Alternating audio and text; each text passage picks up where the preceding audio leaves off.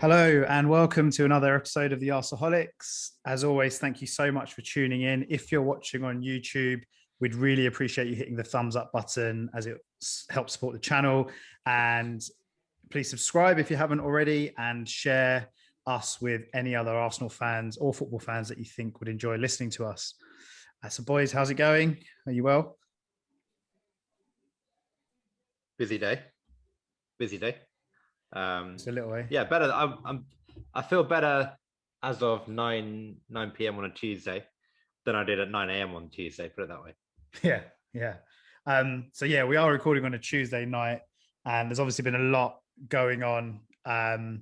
Besides us talking about our game coming up in a couple of days against Everton, obviously with the Super League news that's been broke on Sunday, and it's been an absolutely mental kind of crazy 48 hours, I guess. Constantly changing situation, really. There's news that's coming out every few minutes that we're all we're all shocked by, really. And I guess in terms of what's currently happened, where we are currently, what's happened in the last few hours, it looks like it's Man City and Chelsea now have dropped out or are looking at dropping out of the Super League or proposed Super League, along with, I think it was Barcelona and Atletico Madrid, but I don't know if that was confirmed.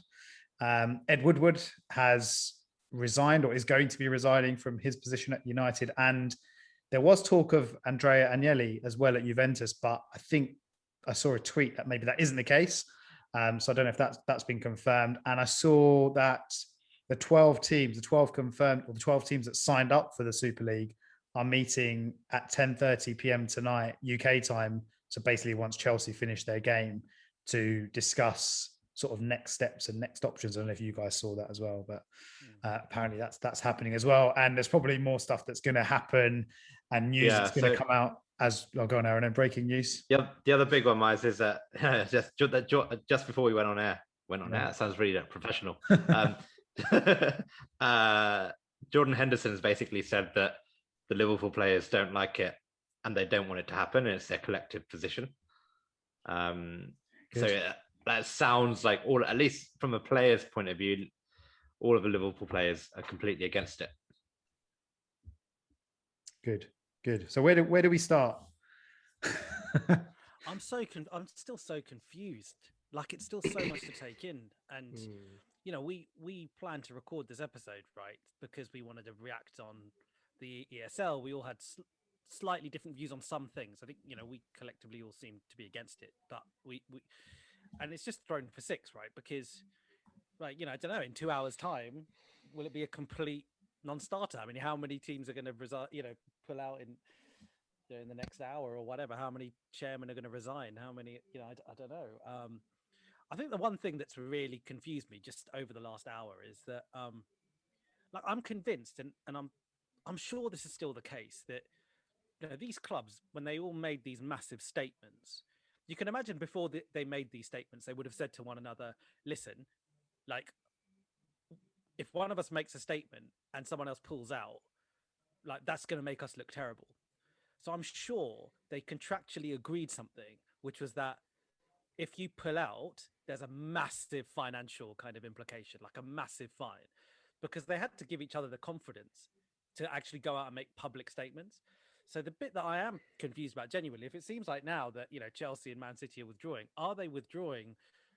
And is there some kind of massive penalty? If not, then what the hell were these guys thinking? Like, if there was no real obligation for any of these clubs to stick to this agreement, what were they thinking? Like, that's just suicide.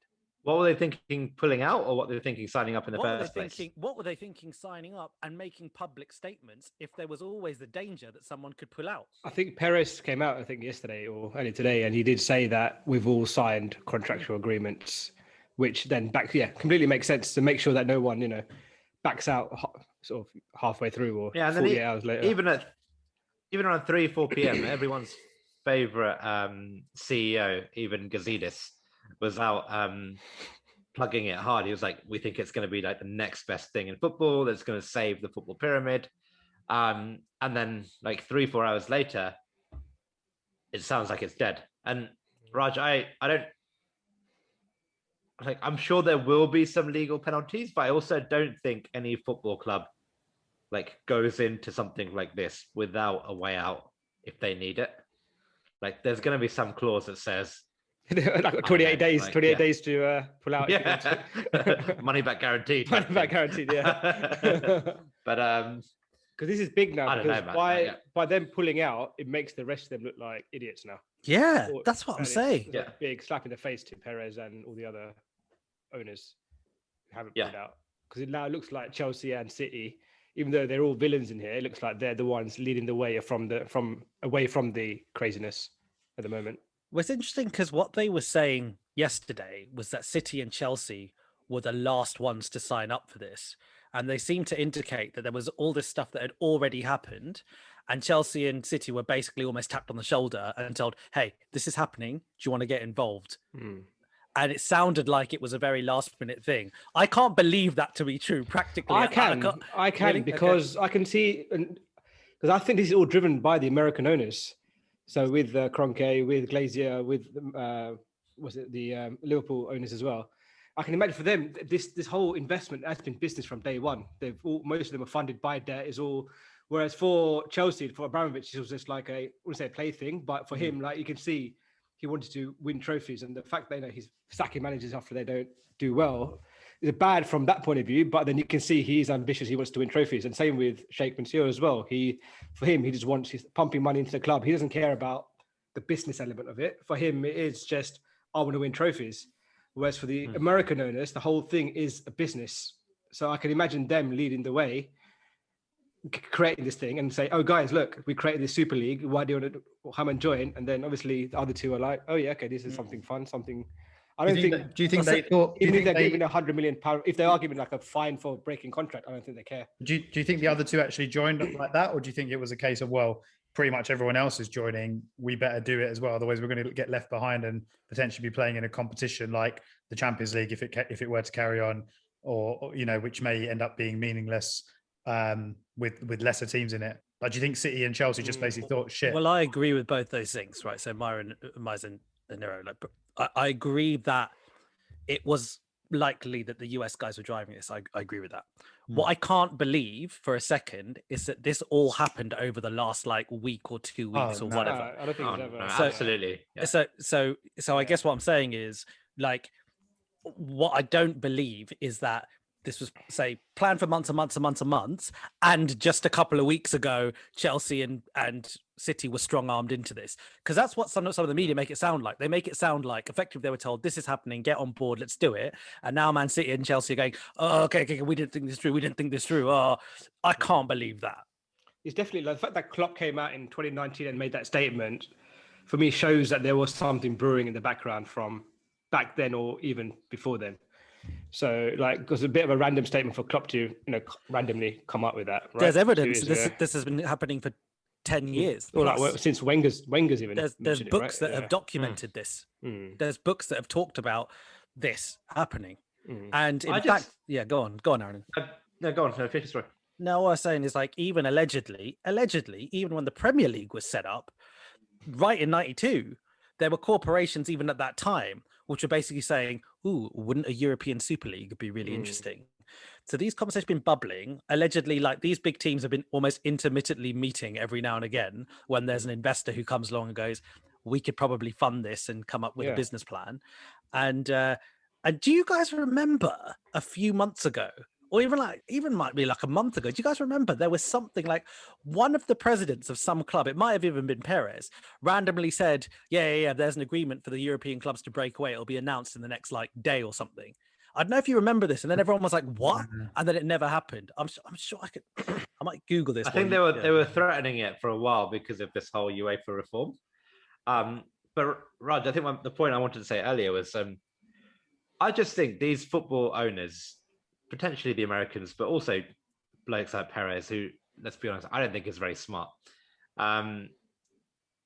just have gone about this. They're just so stupid, because there was a path where they could have got what they wanted if they had done this right. Okay. What they should have done, and like I said, I'm completely against this, but what they should have done is said, we're going to form a breakaway league that's very much like the Champions League with qualification and relegation. And then you would have had a much more divided fan base, because you could say, look, we don't like UEFA, we want to do things ourselves, and we'll promote. And then realistically, they could have then slowly tinkered, like they have been over the last 15 to 20 years, slowly taking more and more, a bigger share of the Premier League money, a bigger share of the European money. They could have then said, okay, we're going to close this up a little bit, we're going to add a few more teams. But they decided to just go all in on this ridiculous idea, go not have promotion, not have relegation, have automatic places. And then even worse, they didn't tell their managers or their players about it. And then they just sent them out to go and play without telling them. I think I saw a story like around lunchtime that Arsenal still haven't told their players about what's going on. If you're going to do this, like, they've just gone about it in the completely wrong way. I mean, the other thing I completely agree with you, Aaron. And the other thing that's kind of crazy about how they've gone about this is, obviously there's now been this U-turn, right? And it looks like maybe not, because things are changing so quickly. It looks like it's going to collapse. But the fact that it just shows how out of touch these owners are with reality. And when I say reality, I mean, the fans, obviously, but not just the fans, the own employees of their clubs, the managers, the players. No one wanted this. And it's almost like they've gone into this kind of blind, or just like full steam ahead. I don't know how to word it exactly, but they've just gone into it without even a single consideration for how is this going to come across? Like, what's the reaction going to be? Like, they didn't even market it very well. When you look at the statement and the website and the, whatever, the tweet that came out, the statement, there wasn't even any sort of talk about, okay, we're going to give all these, we're going to give these super clubs loads of money to participate, which they made a big deal about.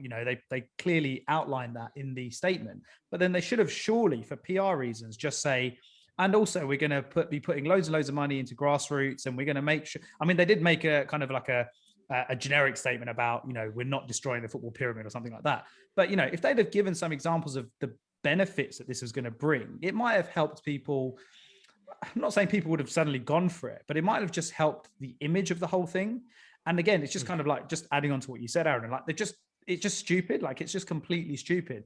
And obviously it's only taken 48 hours. It took from what Gary Neville said on Super Sunday and that kind of emotional reaction outburst, which, probably touched everyone, and everyone who watched it, any football person would be able to relate to it and agree with it. And everything that's happened since then, for us to be in the position that we're in now, it's just bonkers, isn't it? It's mental. My theory around that, it's gone, Aaron. No, I just think, even just to go to your point, even the initial statement, they put it out at like 11:45 p.m. on a Sunday night. It's just like, it's like they're making it up as they go along. Or they just don't care. Like, they just and then when Perez went on, apparently the quotes that came on was for some low budget Monday night talk show on Spanish TV. Like, what are you doing? I'm not sure about the Perez thing, but like, my thoughts more generally as to what Mize was saying is, billionaires don't operate in the same reality as your average Joe. They just don't. They don't think in the same way. They can't think in the same way. Imagine a world where you're so powerful, you never have to think about money. Like, it never impacts anything that you do. The financial decisions you make are generally things which cause cataclysmic effects in society, right? The world is your plaything almost, right? These guys don't care about micro impacts. They don't care about, like, if there's going to be a PR issue or this issue or whatever. They care about the bottom line. At the end of the day, their thinking was, is this going to make us loads of money or not? If it is going to make us loads of money or not, if it is going to make us loads of money, then let's do it. And they're sitting in those ivory towers in America and, where else? Mostly America. They don't care about all of this stuff. They're kind of just saying, well, is it money? Is it not? Again, I think it comes down to this complete lack of connection with people, normal people. We've known that, right? Like, we've seen that since the Kroenkes took over as Arsenal fans, right? We've seen it gradually get worse and worse. And I'm not really talking about investment in the club, because you could argue that it hasn't been as bad as a lot of fans make it out to be. But, there's no fake, they don't ever show themselves in terms of that connection between the club and the fans. They hardly ever come to games, all that kind of stuff. Like, it's all it's been getting worse and worse. So yeah, I mean, I completely agree with you, Raj. Like, yeah, That's my point about like Abramovich before. Like he's always at games, right? So for him, I feel that he's got more of a connection with the clubs and the fans and the players, because for him he wants to be winning. And whereas for Kroenke, it seems like just a business for him. yeah, And Abramovich has got that. He's got an emotional connection with the club. yeah, and for Kroenke, maybe it is like it could be like an American like culture thing, which is different here. Like they have their franchise system in most of their sports there. And, Kroenke owns the Rams and Denver Nuggets as well. And he probably thought, that's probably his vision for what, Arsenal is when he took over, that at some point we will turn us into a franchise. Well, one of the theories is, Nero, is that Kroenke's, Glazers, Henry, they all had this in mind, and they've all been communicating about this for ages. They're all close. They're all really close, right? They would have all said, listen, football clubs, you can't make money out of football clubs the way it is. But at one point, we'll turn this into an amazing franchise-based, whatever, American model, lots of money. Like it does, if it, in some ways, it makes it all very clear now, doesn't it? When we were all questioning, every football question, why are these American owners buying these clubs? And, I think we all kind of thought, all right, fine, whatever. Like, yeah. And now it was like, wow, okay, that kind of makes sense. It makes sense, yeah. Yeah, just to say that Hector Bellerin has come out against it as well in a very social media friendly way. He's tweeted a picture of Arsene Wenger with the quote, "To all the Arsenal lovers, take care of the values of the club. My love and support forever." It's got a big picture. That's the quote from his leaving speech, isn't it? His farewell speech. Yeah. That's doing the numbers on social media already. So let's assume that he could have done. I mean, look, I'm not knocking him, but he could have done that yesterday, couldn't he? I mean, or at least like a few hours ago. Yeah. Yeah. At some. It feels like Milner heard the first chance, isn't it? He said it live on, or Klopp as well, to be honest. They came out with it straight away, didn't they, when they were interviewed, which is quite brave. I mean, at the time, was brave, yeah. Whereas now it feels like it's easy to jump on the bandwagon, isn't it? Yeah. Now it is. Yeah. I mean, so that leaves. I mean, let's just say Chelsea and City have now withdrawn. I know it's not official, and we don't know yet officially, but let's just say apparently Man City have they've released a club statement. Apparently. Oh right. Okay. Oh, wow. They're planning to leave it. Okay. Wow. So where does that leave? I mean, obviously, look, we're here to talk about Arsenal, but I guess the 4 remaining English clubs, including us, where does that leave those 4 clubs, and where does that leave Arsenal? We were saying before we started recording, and as this news was breaking about Chelsea and City dropping out, was Chelsea first. We were saying, we don't want Arsenal to be the last one standing. I mean, it's embarrassing enough as it is, right? And it's not been a good look for the club. That's putting it nicely. But to be the last one standing and the last ones to confirm that we're dropping out, it just makes it even worse. So yeah, I mean, where does that leave the remaining English clubs? Where does that leave Arsenal? The pressure shouldn't be on the clubs; they should be on the owners. Sorry, okay, but I know. Like they're saying that the clubs. You've heard people say clubs should get fined or docked points and whatnot, but it should be the owners that get punished. Like surely in the contracts for when they took over the clubs, there must have been something in their clauses which says you can't just just do stuff like this, or it's like a coup, isn't it? Really, like there must be something in there where owners should be held liable for what's going on here. Like it's just, it pisses me off that the club is being tarnished with this, and all 6 clubs are being tarnished because everyone is against it. From what I've seen from every club, except for the owners, from the manager to the players to the fans, like everyone's against it, and it pisses me off that the clubs are being, all the other, when we're playing games against the other clubs in the Premiership, all the other 14 clubs are going to look at us negatively, but it shouldn't be the club with a history of hundreds of years that gets tarnished. It should be these owners who've been there for like 3 years that should get penalised, not the club. Yeah, I think football altogether just needs a complete look at its governance structure.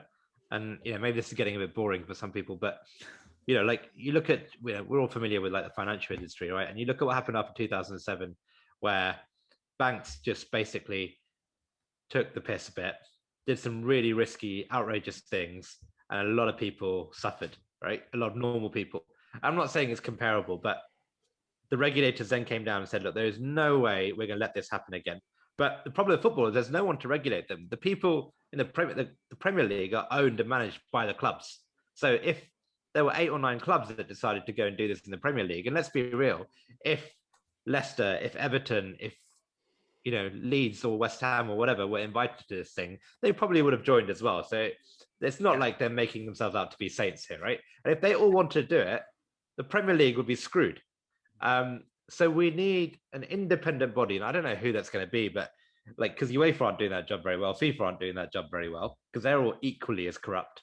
We need an independent body who just says, no, you're going too far here. This is too much. You can't do this. And if you do it, we will fine you, or we will tax you, or you won't make money off this. So don't do it. Is it? Oh, go on, Rog, go on. Miles, I was just going to actually just try and answer your question, and effectively, where does this leave Arsenal in the context of all this? I think it's telling that it's the American owners that are still in it. Yeah. That's telling. They probably don't even realise what's going on. They'll get their weekly update. Like next week. How's that Super League thing going? Yeah. Oh, they didn't like it. It's a really good point. But I think the point I was actually going to make is I don't think they'll survive this, the American owners, to be honest, because I think Chelsea will be like, yeah, Roman. Where would Chelsea be without Roman Abramovich? They wouldn't really exist. And then you've got Man City's relationship with their owners, fine. I'm not sure the US owners. I think that relationship with the club is completely gone for for Man United, Liverpool, Arsenal, and more so, I think they'll probably look at it now and go, listen, if we can't monetize this in the way that we just thought we could in the Super League, why the bloody hell are we even here anyway? And I wonder if they'll try and sell up. I wonder if Kroenke will now look to sell.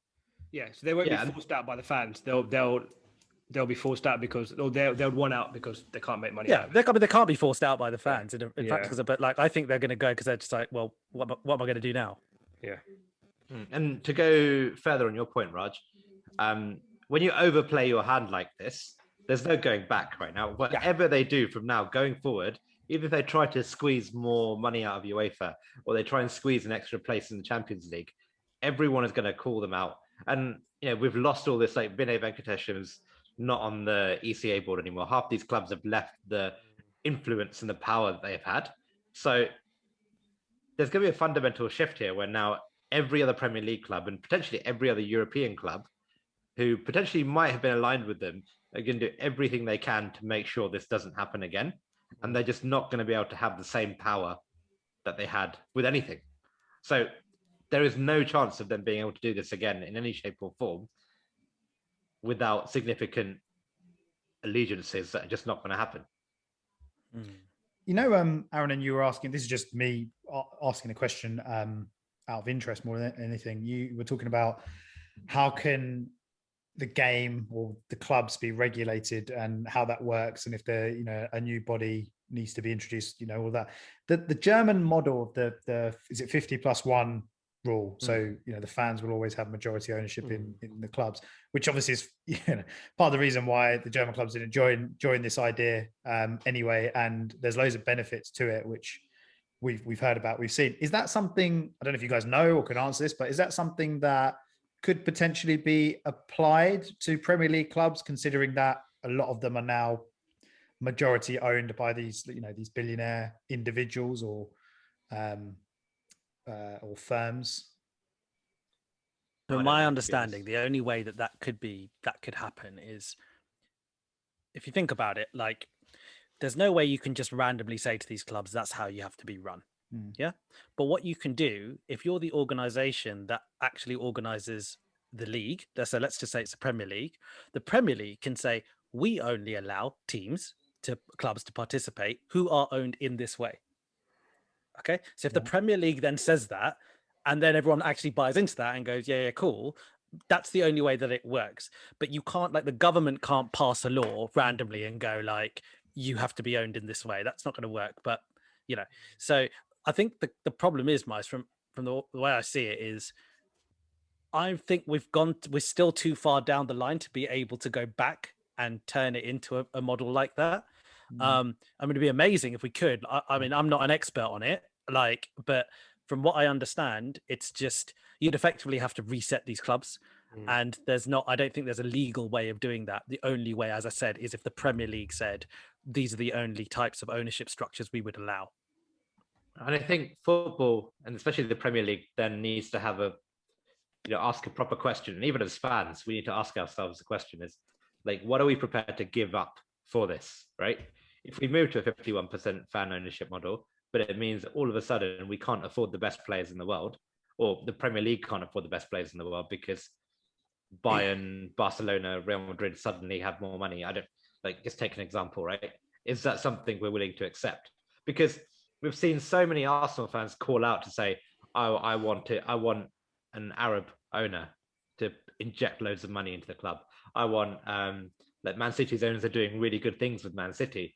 They're loading them up with debt and still spending loads of money, and none of that money is coming from anywhere ethical. It's not fan-owned money. It's ownership because that's foreign money that's come into the game, but it's allowed them to buy the best players, even though it's very clear that they're using it for Abu Dhabi branding, right, and the PR exercise. But is that something we want? Would we take that if it means we win leagues? So you're right, Raj. It has gone too far where, this whole concept of spending money, regardless of where it comes from, is generally accepted as long as it brings success. So people say we want fans to own clubs, but if you then said, okay, but it's going to mean we have to spend 100 million less every season, would people accept that? Some would. Everyone will be in the same boat, though, right?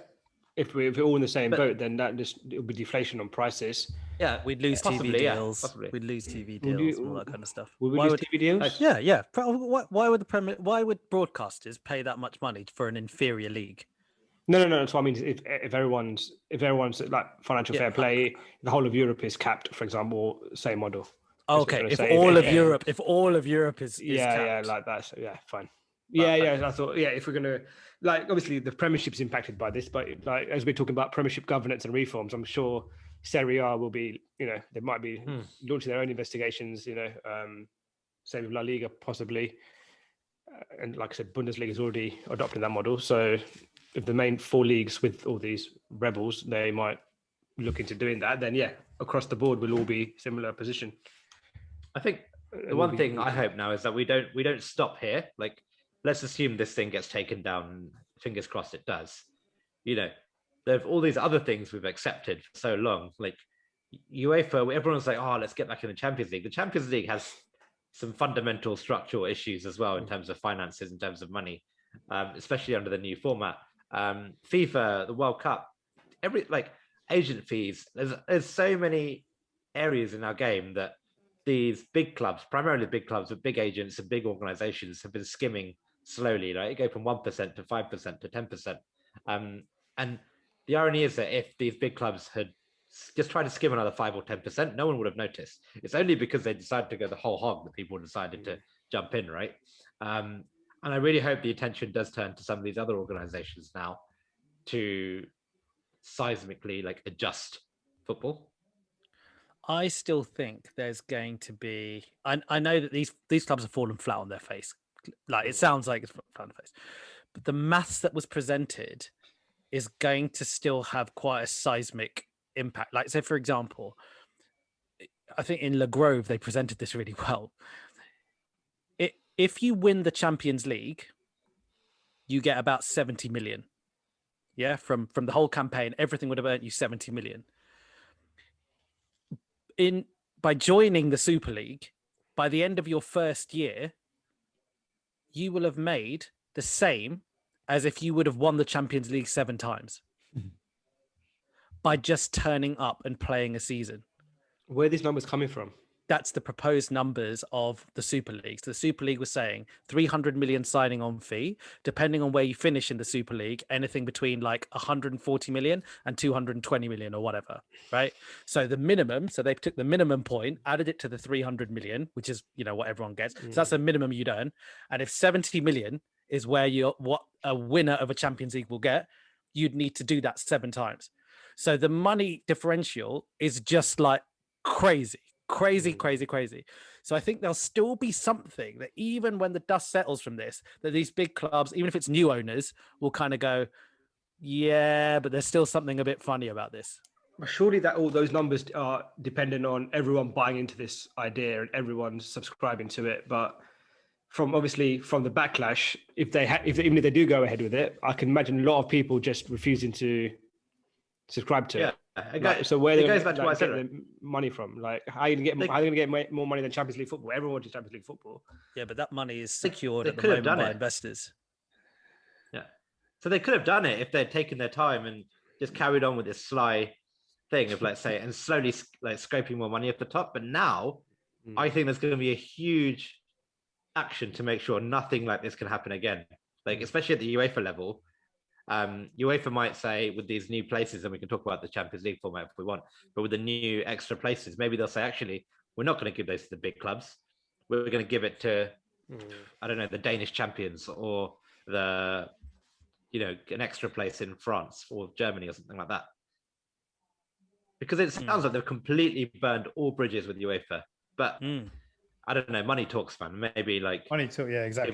2 months time. And the Champions League won't be as interesting to watch without just half of those clubs that were planning to break away. So yeah, I'm sure they'll find an agreement. I've just seen something else on Twitter, which seems to be quite a big deal because a lot of people are tweeting about it. But one of Liverpool's official sponsors, possibly one that they've had, I was going to say for a long time, but I can't actually see that. But yeah, Tribus, is it Tribus Watches have released a statement saying that they have ceased support or their links with Liverpool.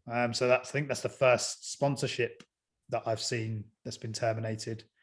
And that's on the back. That's potentially with Liverpool about to drop out. I know we don't know that, but yeah. So it could be something else on the horizon for Arsenal. This is a frustrating thing because the clubs are getting punished here for something the owners have done. And even like all this talk in the last 2 days, like where the other 14 are like, they feel hard done by, but the real victims are the fans from the big six here, because we're the ones sort of suffering. And like we're talking that day, what's going to happen to our season tickets? Like, do we get to go to games? Are they going to increase the prices? Are we suffering as the fans of the big six? What do you mean the fans of the big six are suffering compared to those? This is impacting us, right? Our future. Like, are we going to be in the Premiership anymore? Are we going to be in the Champions League anymore? Like for us, the club is not our club anymore. It's like if it goes ahead, our football club of 130, 40 years is now turned into a franchise. Oh, you're talking about if it went ahead? Sorry, if it went ahead. No. I'm saying if it goes ahead, so obviously that's the sort of the conversation that we've been having in our group as well, isn't it? In terms of where our home games going to be. I don't think. Yeah, I mean, if relocate to a different country. If it did go ahead, I don't think you could say that it's just the fans of the clubs that would be breaking away that would be suffering. It would be no, not just, but the way the way the Leeds fans were, yesterday's game, they were like attacking the Liverpool, or they were being hostile towards the Liverpool team and the Liverpool as a whole. It's like I thought that was a bit unjust because they're making like that's just it's a small group of fans, right? Liverpool do that whenever any big team turns up to their ground, like. Yeah, but I'm just worried, not worried, but like the outcome, even if this doesn't go ahead, that fans of opposition teams will just sort of look at us six and think we're just sort of greedy bastards. We just want to go away. Yeah, they probably will, but I think most fans are intelligent enough to know that this is not a footballing decision, basically, right? This is not something that any fan wants. So I get what you're saying. I think, well, it's been coming, right? It's been coming. This is how the ownership model's been going, and this is how we've seen it. As I said before, as Arsenal fans, we've seen what the Kroenkes we've been against that model from day one as well. Yeah, of course, yeah. But there is a bit of karma here, even for us, right? Like, because there's a lot of fans who support clubs who aren't as big as the likes of Arsenal or whatever, and they look at a bunch of people like us and they go, well, you're a bunch of first generation fans. You've picked a club to support. You've picked a pretty successful club to support, and life's good for you, right? Like happy days, well done. Like it's all, you get to see nice football. You get to sometimes play in the Champions League and all this kind of stuff. And to a certain extent, I imagine some of the fans of those smaller clubs are sort of looking, going, see, this is what you get. This is like karma coming around a little bit, isn't it? Yeah. So on a related note, has this changed how you feel about Arsenal? Arsenal Football Club. Yeah, like your relationship with Arsenal Football Club? Personally, not. I feel for this in the same way as I feel that, like, you know, you have different governments in power in this country. They don't always reflect my beliefs. I don't always support the government of this country, but I still regard myself as British, right? I'm still a British citizen. You know, still, you know, whatever. And in that way, sorry, you know. Roger, are you saying that on the basis that we're dropping out? No. I mean, I Oh, just just literally, regards. just on a more holistic basis, you know, I mean, what we've just gone through over the last couple of days, does that change my relationship to Arsenal Football Club in any way? No, aside from the fact, personally, no, aside from the fact that I probably wasn't Kroenke out before. I didn't really think that a lot of the stick that he got was fair. And I still maintain that a lot of the stick that he got in the past, like, I never really understood the rationale. I felt it was a little bit of xenophobia, to be honest, like a little bit of that. I never understood the rationale itself. But after this, I feel like, mate, you don't want positive things for this club. Like, you know, you don't really care about the fans at all. And maybe another owner wouldn't have done this.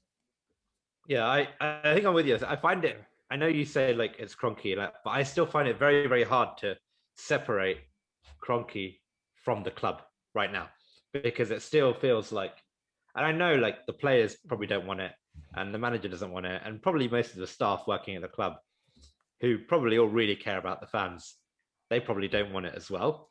But it still is, at the end of the day, Arsenal Football Club as an organisation took the view on Sunday that we know you're going to hate this, we know you don't like this, but we're going to do it anyway because it's going to make us money.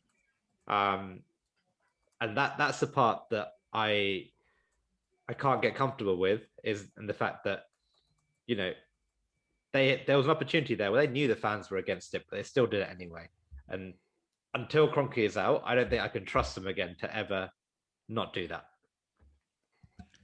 I've never trusted Kroenke from the beginning, but at the end of the day. But does that mean you don't trust said Arsenal? Before, like, you don't trust anyone, you don't trust us. No, it isn't, because Arsenal. I don't trust you, mate. Didn't laugh at my joke last week. Yeah. Oh, was that a joke? Yeah, but like I said, Arsenal, we've been around since 1886, right? So that's the club. Kroenke has been around for less than 10 years. So he doesn't define the club or the history of the club. He's just a small part of it for now.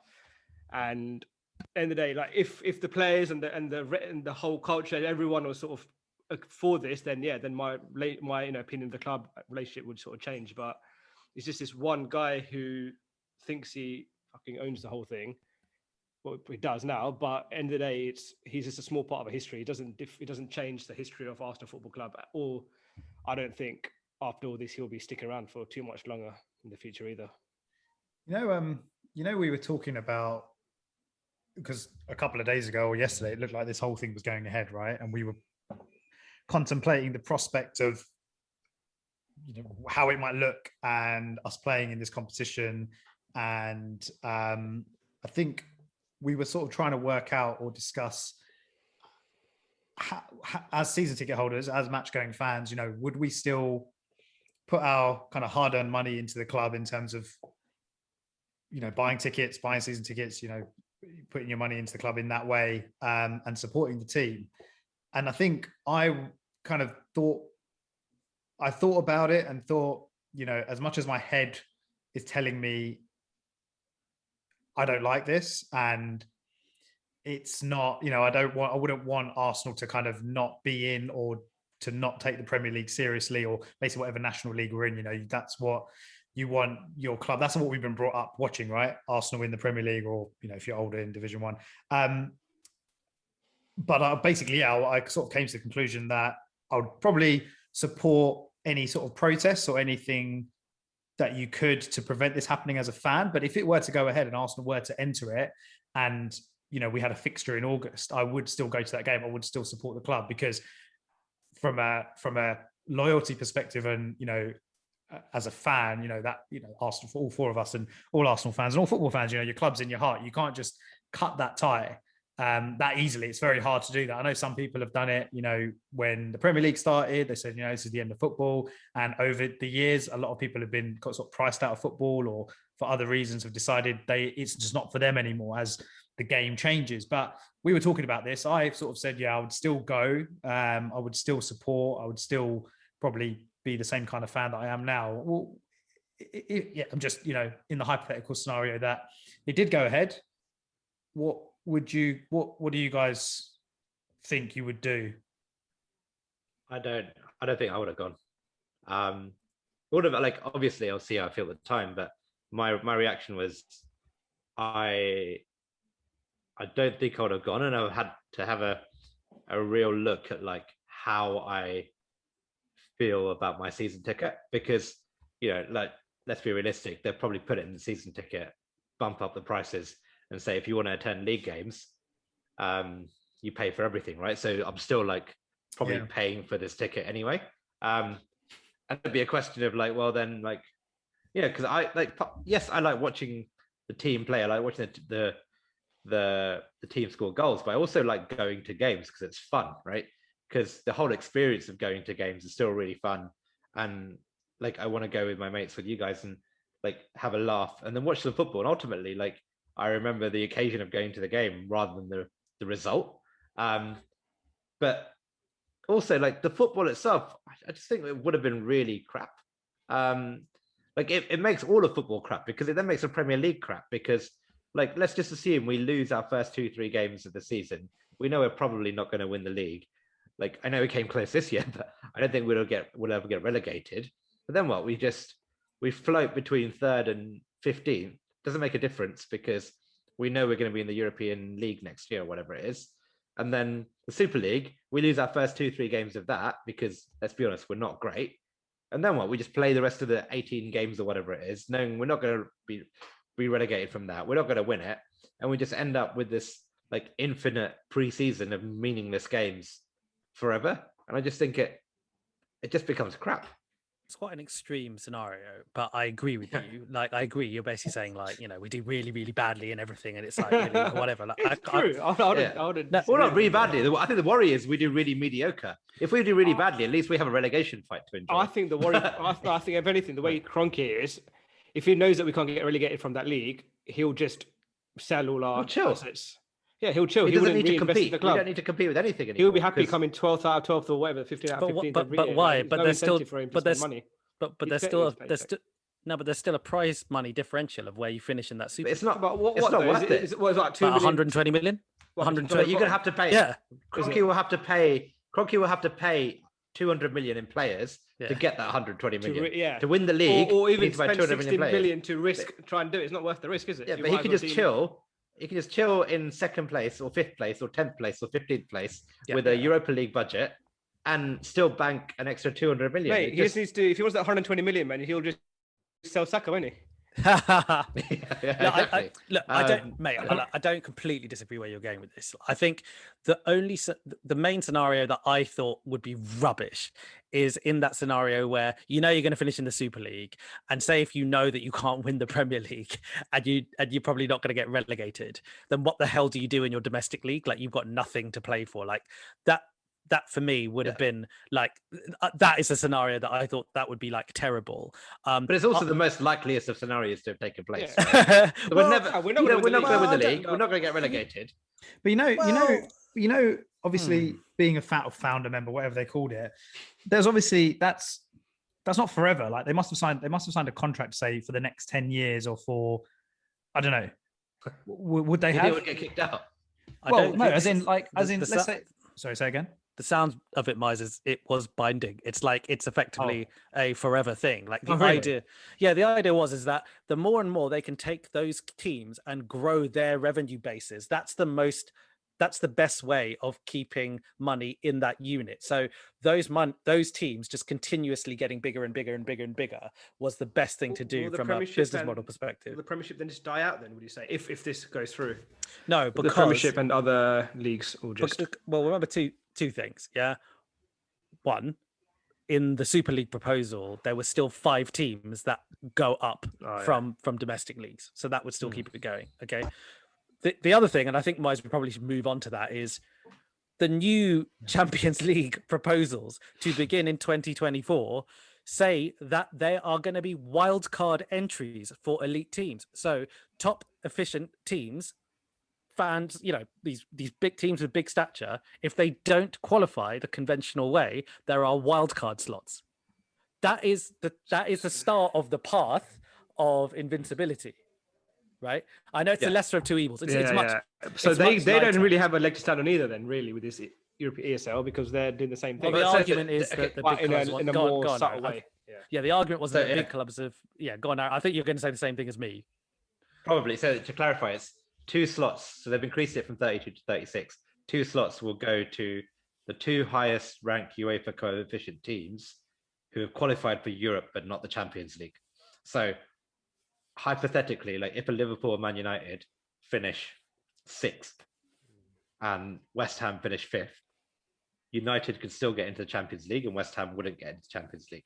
Now, you could. Why and would this West is a Ham get into convoluted. the Champions League if they finish 5th? They wouldn't. But Like, by like saying my point 6th is that or- West Ham have finished Oh, above right, United. okay, sorry, okay. But sorry. United will get into the Champions League because they've got the coefficient rating.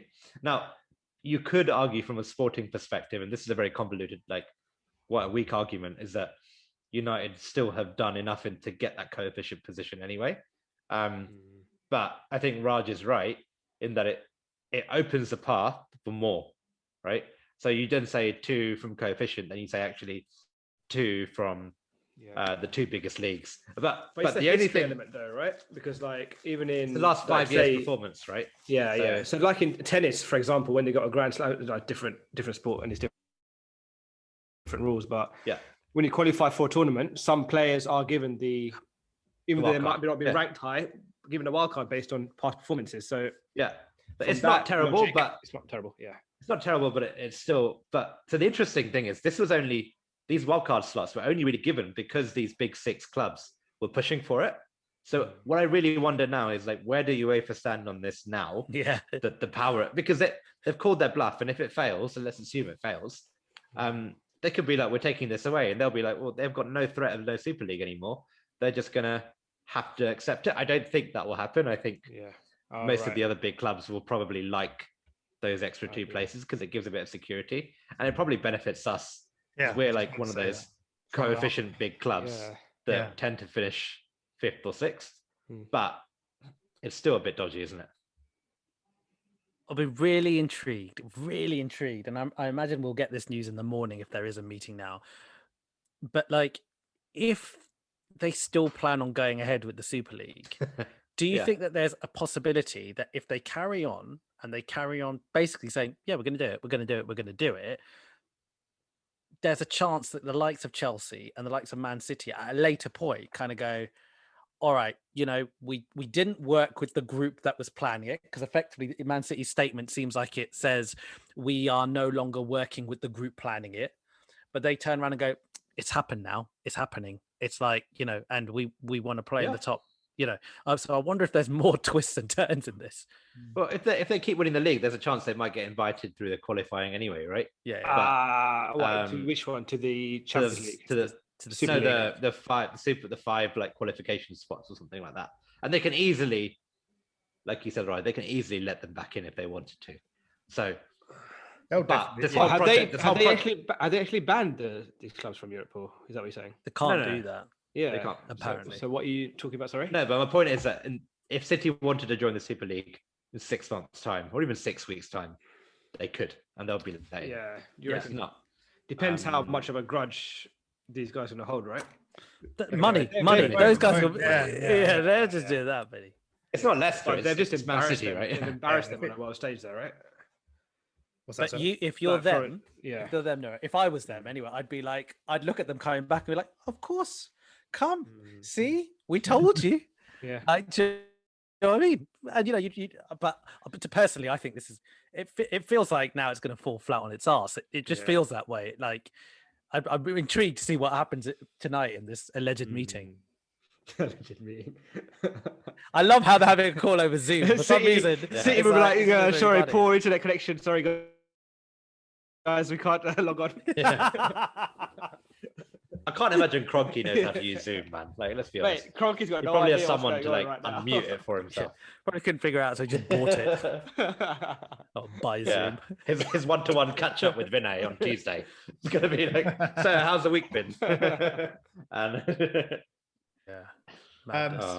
All right, guys. Well, we've got a game on Friday, which Oh, I forgot about that. who cares about football, mate? Are we allowed to Well, play? as long as we drop out before Friday, then we're all back to the club again, aren't we? But the whole thing was like, I bet the whole thing was just like a farce to just take to distract us from like Mourinho getting sacked. Like no one's mentioned, no one's like talking about him anymore, is it? That's definitely why Spurs released the news when they did. Yeah, we Spurs can was talk smart. about that. Yeah. I love picturing Levy going, I've got all this Yes. money to sack him with. I can pay for his payoff. You're sacked. Oh no. Oh, right. Yeah, so we've got Everton at home on Friday night, isn't it? It just feels like so weird to have to talk, not have to, but to try and talk about the game that we think, and the team lineup and all that kind of stuff. But I mean, our Premier League campaign has been faltering. Never started, really, did it? And we've obviously got the Europa League semi-final, which we hope is still a relevant game next week. Because we just still don't know what's going to happen with the Super League and what UEFA are going to do with the teams that are left in the European competitions. But assuming that the Villarreal game still holds some importance for our season, for our Europa League campaign, I would think that Arteta's going to have to rest a few again. And we've got no Alex Lacazette. Has there been any news on when Lacazette's going to be back or how bad the injury was? Did they say anything? I think so. No. Which is probably not a good thing. So assuming he's obviously going to be out and he's going to be out for a while. So we don't know if Aubameyang's back. We may not have we don't have our first choice strikers to play, so we don't know who's going to play up front. Lots of things to think about really in terms of the selection. But yeah, I haven't really thought about this game, to be honest. I might just go on mute and watch the rest of the Chelsea game. And you guys talk. Mate, I think I could see us losing really badly. Like, our players are the type of people who are just going to feel really bad about this whole thing. They're going to go back on the pitch and be like, I don't like being the bad guys. Like, do you know what I mean? And I can imagine them really reacting badly to this animosity. And Everton, they've all, their club statement today was very staunchly kind of, really against this kind of, dirty half dozen or whatever. And like, yeah, I can see our boys just absolutely tanking against them. Honestly, I'm gonna say we're gonna lose 3-0. Wow, we're at home. We're at home, right? And there's going to be protests. That's probably why. That's probably why we. Okay, so we're at home 4-0. Oh my god. Yeah. I mean, okay. I agree. Before we go to predictions, just so do you? We obviously got a few injuries, but what kind of team do you think he's going to put out? Do you think he's going to? I think I mentioned last time. I'd like him to start Martinelli up front. If Lacazette's injured and Aubameyang's out as well, then it looks like Martinelli's going to be our main guy up front for Villarreal. So I would play him on against Everton just to give him a bit of match sharpness, practice in that position ahead of that. Get injured as well, and then we don't have any strikers. But Just add to the banter of this season. yeah, You wouldn't be surprised, would you? It's like what next? Doesn't it just feel like what next? yeah. And then the rest of the team, yeah, it's just anyone's guess, isn't it? What he's going to do? It's true. It is anyone's guess. Yeah. Okay. Well, yeah. So 3-0 loss then, Raj, you reckon? I wasn't joking. I think we're No. Yeah, I know. I haven't really even it hasn't even come into my thought process yet. But yeah, go on. Aaron, what do you reckon? 1-1 draw. Thanks. Confident. 2-0. Is that confident? Okay. Yeah. 2-0 defeat. Yeah, I don't think we'll win. Like I said, I haven't really thought about it. I'll go with the 2-2 draw. No basis for me predicting that. Just you guys' score. We don't have a striker. Mate, we don't have a striker. How do you score? We're in Europe anyway next year. It's cool. Win the Super League next year, boys. We're laughing now, but God. All right, cool. That was really, really interesting discussion, boys. So we will see everyone after the Everton game, and I guess we'll probably be touching on the next things that happen over the next few days, the next developments on this whole ESL idea. But in the meantime, guys, thanks a lot for tuning in, and we'll see you next time. Take it easy. Easy. Easy, bye. Bye.